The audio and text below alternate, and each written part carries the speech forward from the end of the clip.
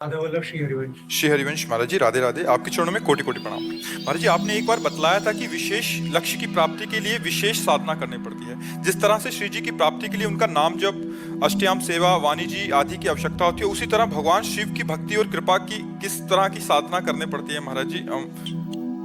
सबसे पहली साधना है, किसी भी भगवान को प्रसन्न करना हो तो अपने को उनके हवाले कर दो। इसे शरणागति कहते हैं। जैसे भगवान शंकर मन वचन कर्म से, हे शिव मैं आपका हूं। सबसे पहली जरूरत है अपने आप। ये सांसारिक वस्तुएं नहीं चाहिए। लोग बोलते हैं हम लोग बेईमानी है। हम क्या है, मानते हैं सब कुछ भगवान का है। अगर मानते हैं तो चाहे वो रख ले हमारे पास तो जय जय, और सब ले जाएं तो जय जय। हमें बुरा नहीं लगेगा, क्योंकि हमारी वस्तु तुम्हारे पास धरोहर के रूप में रखी, हम ले लेते थे, तुम्हें क्यों बुरा लगेगा? लेकिन नहीं, हमें बुरा लगता है। हम लोग केवल जबान से कहते तन मन धन सब तेरा, हम खरे नहीं उतरते।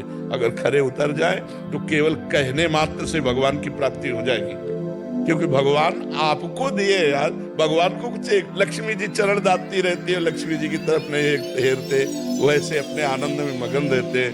हमारे भगवान की माया में एक पहाड़ है जिसका नाम सुमेर पर्वत है। 4 लाख योजन का है। 4 लाख योजन, 1 योजन माने 4 कोस, 1 कोस माने 3 किलोमीटर।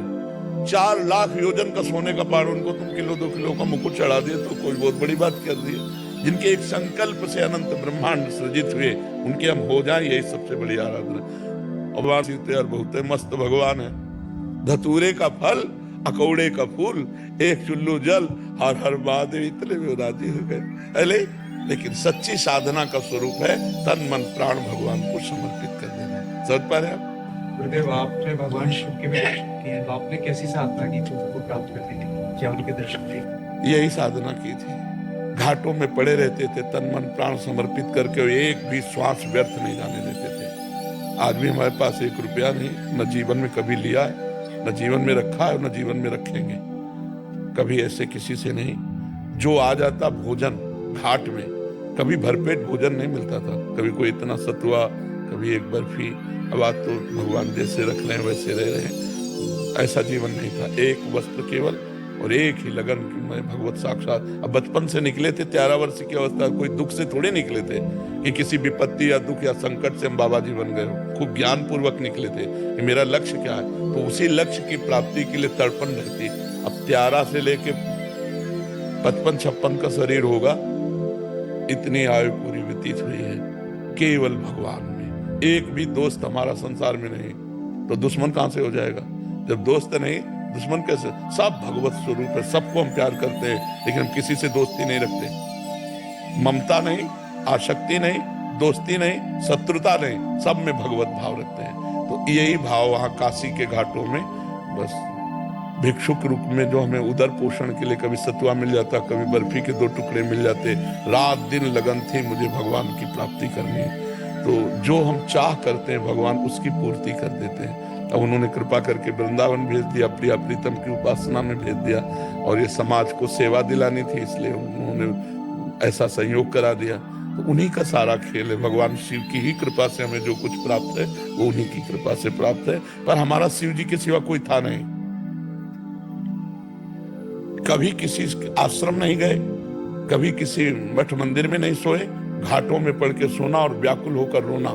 कैसे प्रभु मिलोगे आप? कैसे मिलोगे? बस हमें तो कुछ पता नहीं, आप कैसे मिलोगे? तो वो जब कोई दैन्य होकर के भगवान के लिए निर्जन स्थान पर सेवन करते हुए रोता है, तो ये पुकार भगवान को जाती। भाव बिन सुनी पुकारे मैं कभी सुनता नहीं, वो भाव पूरी तो तेरे ही करती मुझे लाचार है। भगवान भाव से बस में हो जाते। ये वस्तुएं, सब पदार्थ नहीं, केवल भाव चाहिए उनको। तुम भाव से उनको पुकारो, जरूर दर्शन देंगे। लेकिन कौन दर्शन चाहता है? सही में नहीं दर्शन चाहता। दर्शन चाहने की जब बात आती ना बच्चा, तो जैसे कोई दिल को मसला करे, शायद इसको ही इश्क कहते हैं। हर समय एक विशेष तड़पन, हर समय एक विशेष आहत, जैसे कोई आदमी होना, केवल एक ही बात, कब प्रभु मिलेंगे, कब मिलेंगे, कब मिलेंगे। वो अब जैसे आपके माँ है, आपके पिता है, आपके भाई, आपके परिवार में, तो आपको जीवन व्यतीत करना अच्छा लगता है ना? उसकी सोचो, जिसने माँ पिता भाई बंधु सब होते हुए छोड़ दिए, ना कोई सुख, ना कोई सुविधा, ना कोई मनोरंजन, और केवल भगवान के लिए, तब वो भगवान की चाहत, भगवान की प्राप्ति की बात आती है। जब रुदु सुश्रम राजन कृष्ण दर्शन लालसा तासा माविर भूच्छौर इसमें मान मुखा मुजा पीताम्बर धरा सृग्वी साक्षात मनमथ मनमथा। जब भगवान के लिए रोना आ जाए, विकलता आ जाए, कैसे मिलोगे? किसके पास जाऊं? किससे कहूं? कैसे आप मिलोगे?